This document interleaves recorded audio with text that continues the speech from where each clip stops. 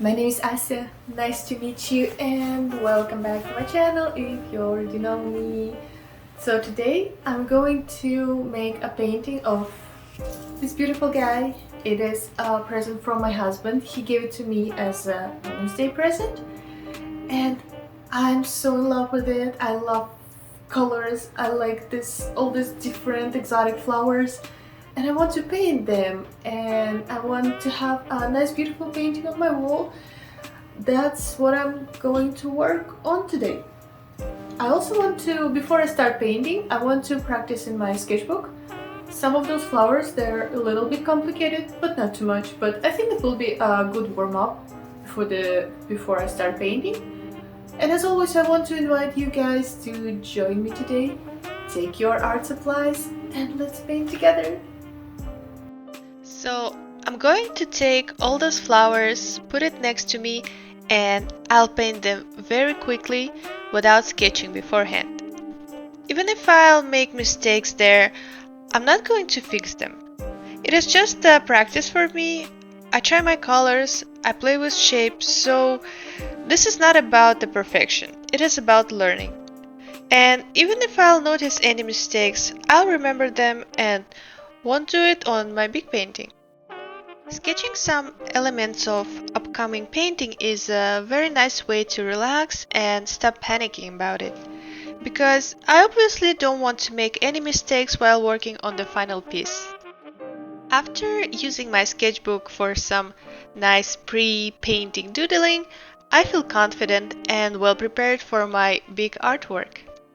Also, while sketching flowers, I realized that I choose slightly brighter than the original colors of my flowers, and I think it is a good indication of my art style.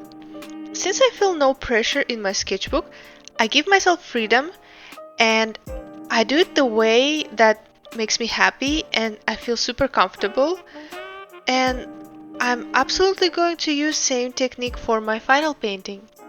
If you're still looking for your art style, I would recommend to sketch a lot. Not make super neat and finished sketches, but try to find which way of painting or drawing is your own way. I just realized bright colors work perfectly fine for me. Next flower is absolutely my favorite flower because the way I painted it. It is it is so crazy. I just flooded the page with a lot of water and put some paint on the tip of my brush and barely touched wet spots.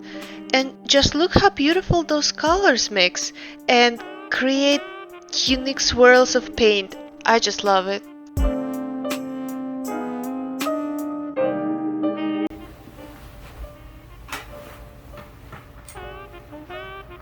So I've done practicing and I want to quickly show you what I did. I mean, you already saw it, but just a quick flip through. Wait. So here it is. Can you see it? Another one. And I think this is my favorite spread. I really like this flower. Especially how paint here, I honestly just put a lot of water on the paper and I let paint do its magic and I think it looks fantastic. Look at it again. So yeah, I'm very happy with what I did in my sketchbook and I'm ready to move to the big painting. As always, I want to make those nice cute borders with some tape, so I glue the tape on my table and then put it back on the paper. So this way you make sure it doesn't have too much glue on the tape and it will not damage your paper once you peel it off. I'm putting my bouquet next to me so I can just look at it and paint it. I arrange flowers nicely how I want them to be, and I'm ready to sketch. For the sketch, I chose red pencil. I think I've already told you how I like to sketch with colored pencils, and it kind of gives me the mood of my future painting, so that's why I chose I would say it's crimson red color. And yeah, I just quickly sketch flowers, but I don't do only basic shapes because there's a lot of flowers overlapping each other. So I want to make sure I see every separate flower and I will not make a a plant mess on my sketch. I decided to start with green color because green is going to be the main background color in this painting, so it will be just easier to paint all those pink and purple flowers on top of the green background. I want to encourage you to not use only one color for the background and try different shades. In my case, I switched from cold green to warm green, from dark green to light green, and so on. It will allow you to explore the color you use, and it is way more fun to paint with different colors. Also, don't be afraid to use two different colors at the same time. It often ends up with creating beautiful and unpredictable brushstrokes. As you can see, I didn't finish my green background and I switched to pink because those pink flowers, they're just asking me to paint them, and I couldn't resist. I used some bright red and pink, mixed them together and started trying to paint blossoms. The hardest part of this painting was pink flowers because, as you can see, 90% of the flowers in this bouquet are pink, but every pink is slightly different. So to me, it was a little bit of a struggle to find exact pink and make sure every flower looks like separate flower on the painting and not just like one big pink mess. Stems of those flowers were also a little bit of a challenge because they're all green, but they're slightly different shade of green, not like like flowers, they're dark and light colors, and stems are pretty much very close to each other color-wise, but I decided to play with shadows and I used dark brown and purple for shadows. This helped me to separate some of those stems from each other.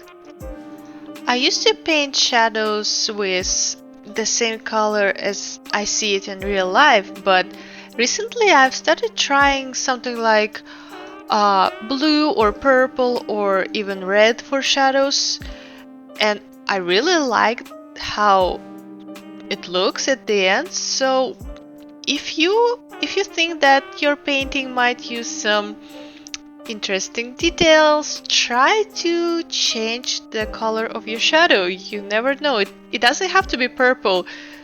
Maybe, I don't know, maybe try green. As you can see, I switched from my big brush to a slightly smaller brush. This is how I always paint with gouache. I start with a big basic shape and later I layer details with a smaller brush, and I think it is the best way to use gouache. I think this is also how you should paint with watercolor, but I have no idea how to use watercolor, so I can only share my thoughts on gouache painting. As you can see, I'm struggling with my roses a little bit. I add red, I reduce red, and then I add more red. This is fine, but I mean, gouache lets you do this, no problem, but just be careful and don't overwork your paper. I can also tell that my painting lacks contrast, and what I need to do is I need to add more lighter colors and also slightly darker colors. And this is what I'm going to do now. You can see how I mixed my green with some white gouache and I layered those tiny leaves. and soon I will also do the same but with slightly darker colors. I don't usually paint from real life objects, and I have to tell you, it's really hard. It's way harder than painting from just Pinterest pictures, but the feeling of achievement it gives you, it's I can't explain how good it feels. So I think I should try it again, and I would recommend you guys to, don't go crazy and don't look for some incredible landscapes around you. Just try with tiny flowers maybe, or anything that you see on your desk, and you will be surprised that it is a whole new level of painting. Maybe that's why they made us do it in college, but I didn't realize how big of a lesson it is to paint from real life. But I guess it's never too late to learn something new. My painting is almost done, and what I need to do is add a background, let it dry, and take some colored pencils for more details.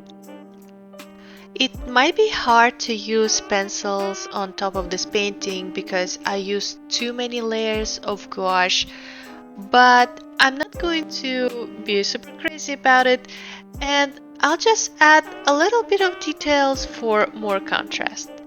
But first, let's peel off our tape and enjoy our nice and clean borders. As I expected, I couldn't use colored pencils anywhere on this painting, but it's fine. I just needed some dark shadows here and there to separate my flowers from the background, and I think it worked perfectly fine. I mostly used dark red, dark purple, dark green, and some dark blue, and that's basically what I needed.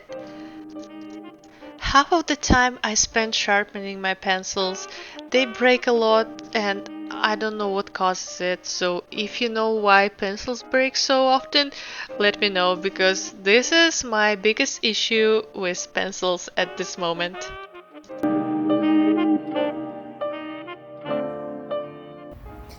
We did it! Look at that.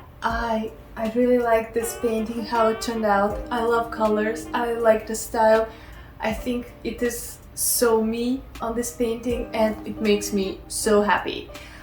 As I already mentioned, I'm going to turn it into a print one day, but not today. Today I'm just making this video and I just hope you guys will like it. Also, it was a good chance for me to work on my sketchbook. I can't wait to finish it, and I can't wait to make a sketchbook tour for you guys because I know you like sketchbook tours and I like them as well. And yeah, I think that's it for today. As always, I want to thank you for watching my video and for all your support. I wish you to be positive today. I hope you will have an amazing day. Stay creative and I'll see you in my next video.